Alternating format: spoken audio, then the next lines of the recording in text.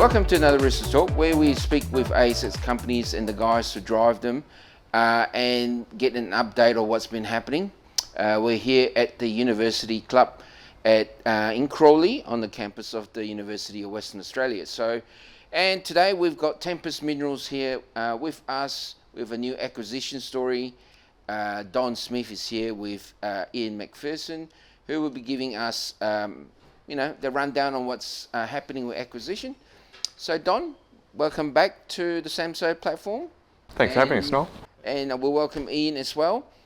Look, guys, good day. New story. Tell us about it. Sure. Well, it's nice having B on here again as well. I don't think it's been any secret that Tempest has been on the hunt for new acquisitions for some time. In addition to our excitement at our Yalgoo and other projects here in Australia, we want to build a solid growth platform, and for some time we've been discussing with the Lole team about their portfolio, and we've come to an agreement, and we're moving forward on the conditional basis. So it's pretty exciting. PNG, if I pronounce this correctly, Tolukuma Gold Mine, just out of Port Moresby. I've come across the projects probably in early 2012 before. I think it was in private hands when I had a company sort of moving around in the PNG space. Iain, can you give us sort of a rundown on what the story is all about and obviously the positives of the acquisition or your participation with Tempest? Sure. Tolukuma is one of the grand old ladies of the PNG gold mining sector, a gold-silver producer. Started work in the mid-90s, operated very well for a number of years, very high grade, relatively small production, and as you say, about 100 kilometers out of Port Moresby, but in the mountains, needs a bit of road upgrade, etc., to really switch it on properly.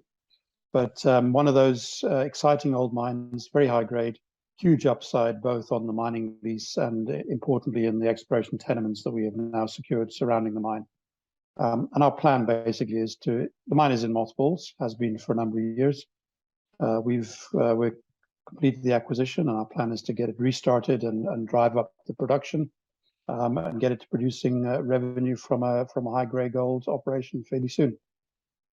The mine itself, I mean, for those that are not familiar with PNG and the mining arena, is I think when you compare this size and what else is mining in PNG, there's a big, huge difference in scale. However, this one does have the advantage of being high grade and close to infrastructure. That was my narrative when I was introduced to the project. Is that correct?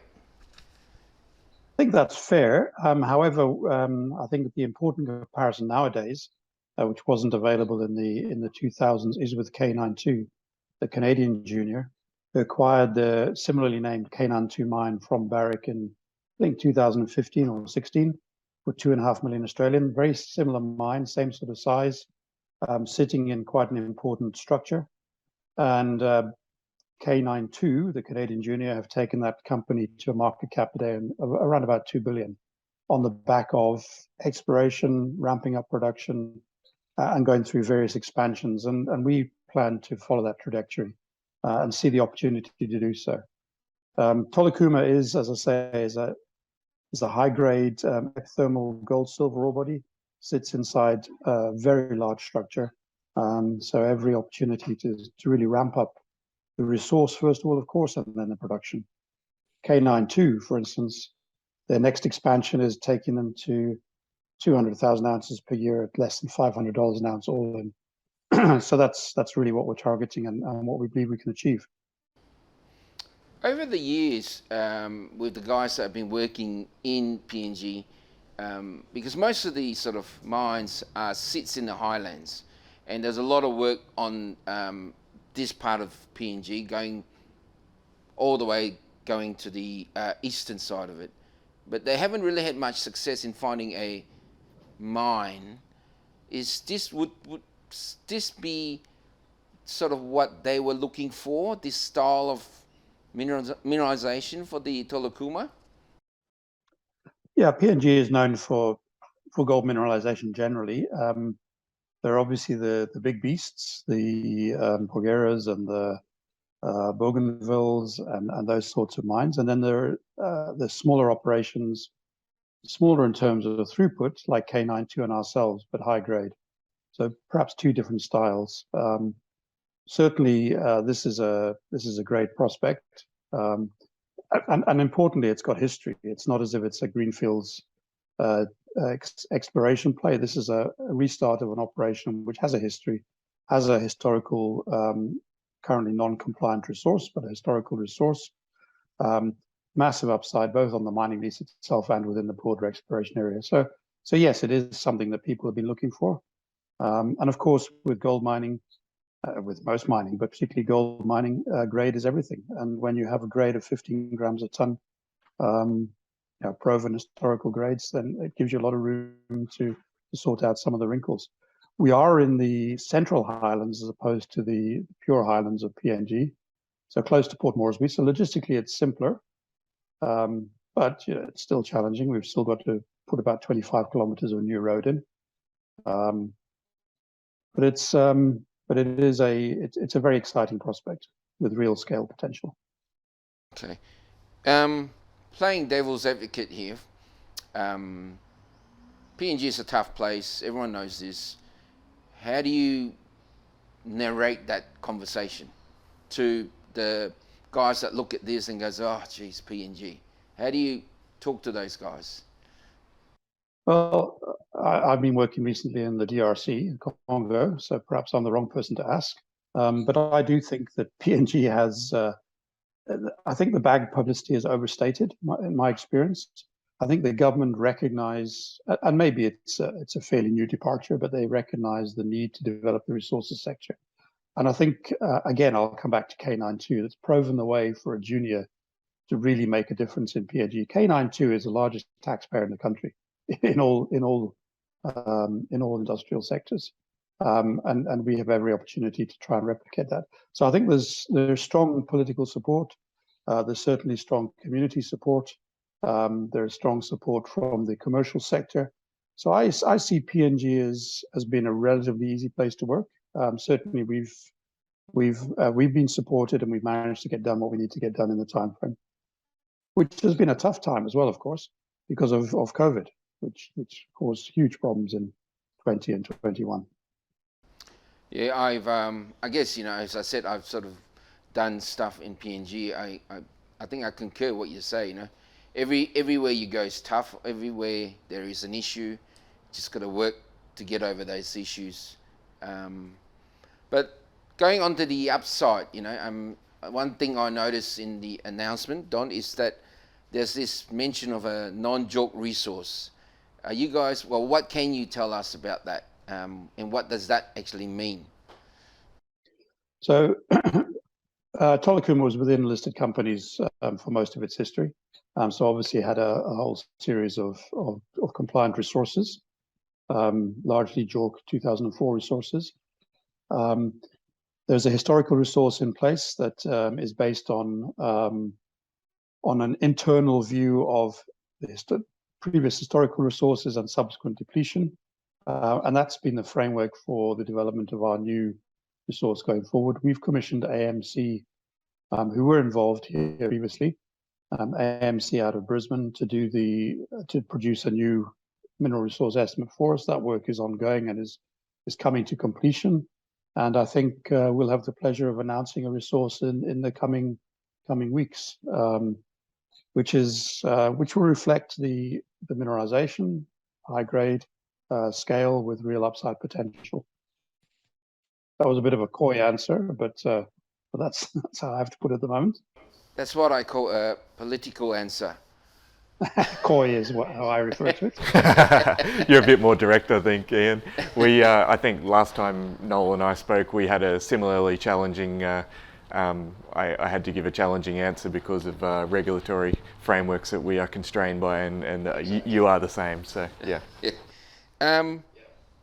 The mine itself, there's a bunch of exploration tenements around that, and then there's in the announcement you talk about the Penck Projects. I don't know if that pronounced it correctly. Mount Penck, Yeah. yes. Can you talk about that for us? Maybe I'll just say a word or two about the Tolukuma structure. First of all, Tolukuma Mine itself sits in the middle of what I refer to as the Tolukuma structure, which is a typical swarm of epithermal vein structures. It's mapped for about 30 kilometers and about 5 kilometers wide, a whole series of parallel and subparallel structures displays. So a very typical epithermal structure.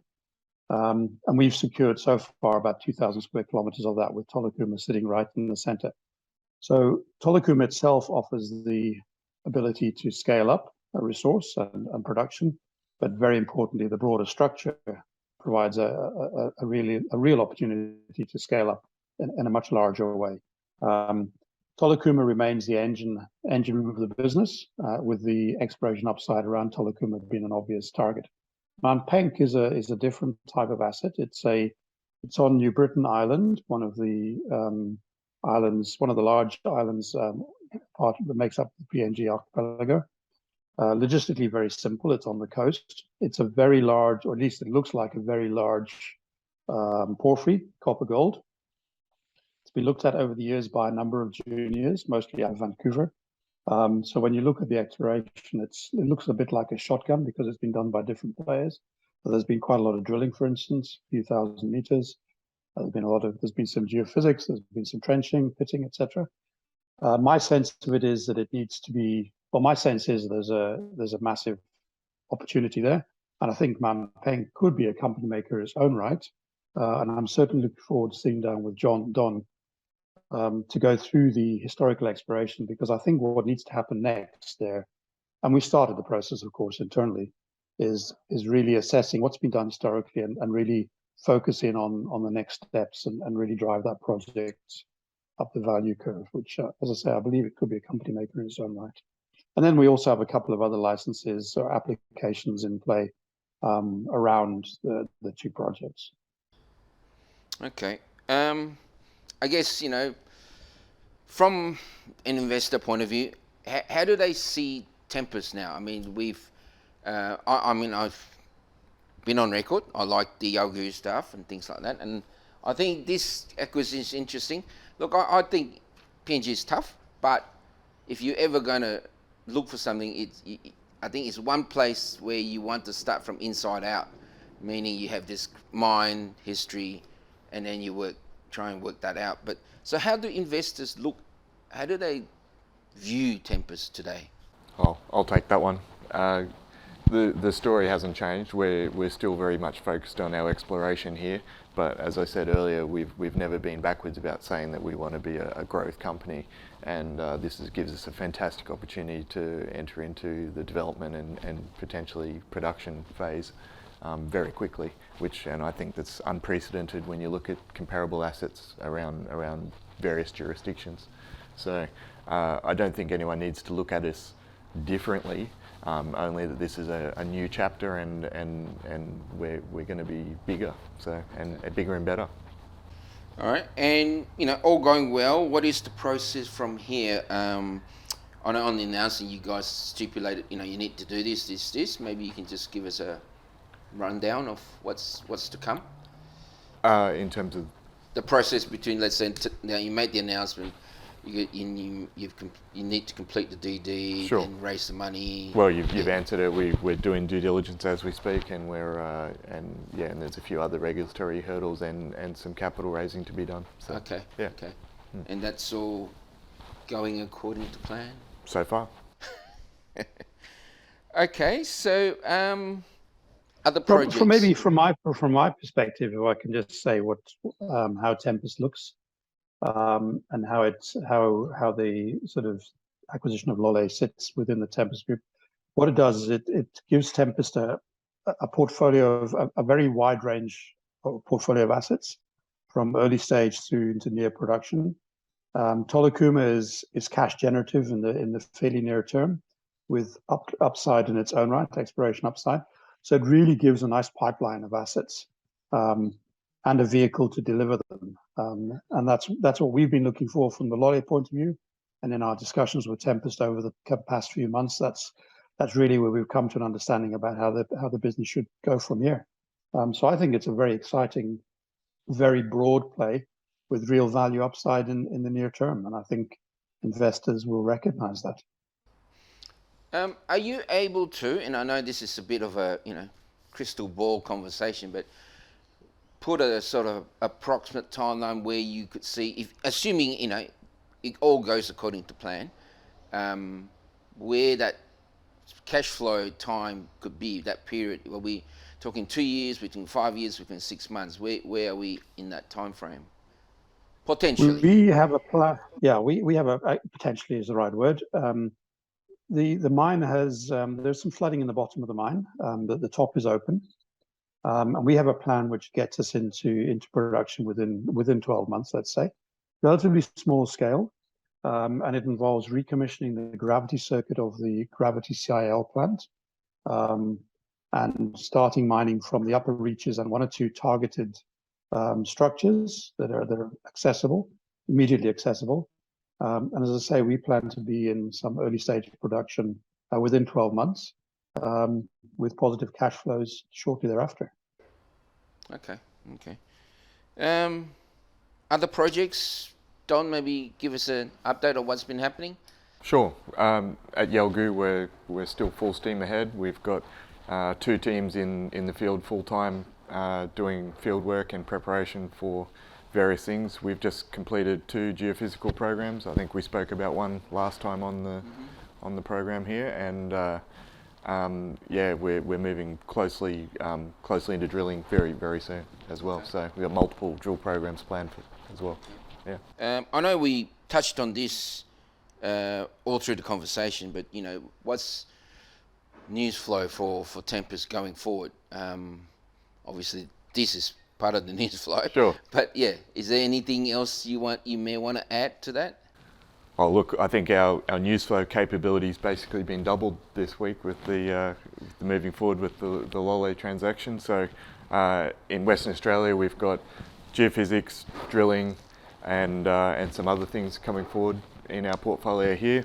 I think Ian alluded to that we'll have some potential news coming on resources and other things from PNG in the coming month or so as well. So. All right. Any last words to the guys out there? Start with Ian.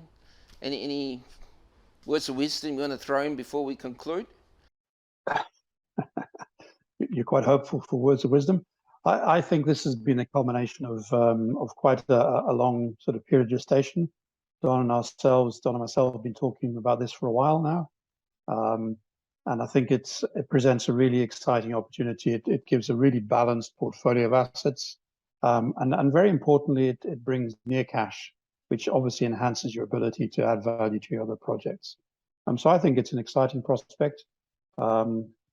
I'm obviously particularly focused on the Tolukuma side of things, but I think we've got a great mix going forward. Okay, Don? Yeah, I couldn't do any better than that. Yeah, look, guys, thank you. It's good to see some action in PNG, because I think it's been very quiet on that front for many years. But anyway, hopefully we'll continue our journey and have another conversation when things move ahead. Sounds good. All right. Thank you, Ian. Look forward to it. Thank you. Okay, bye-bye. Thanks. Bye.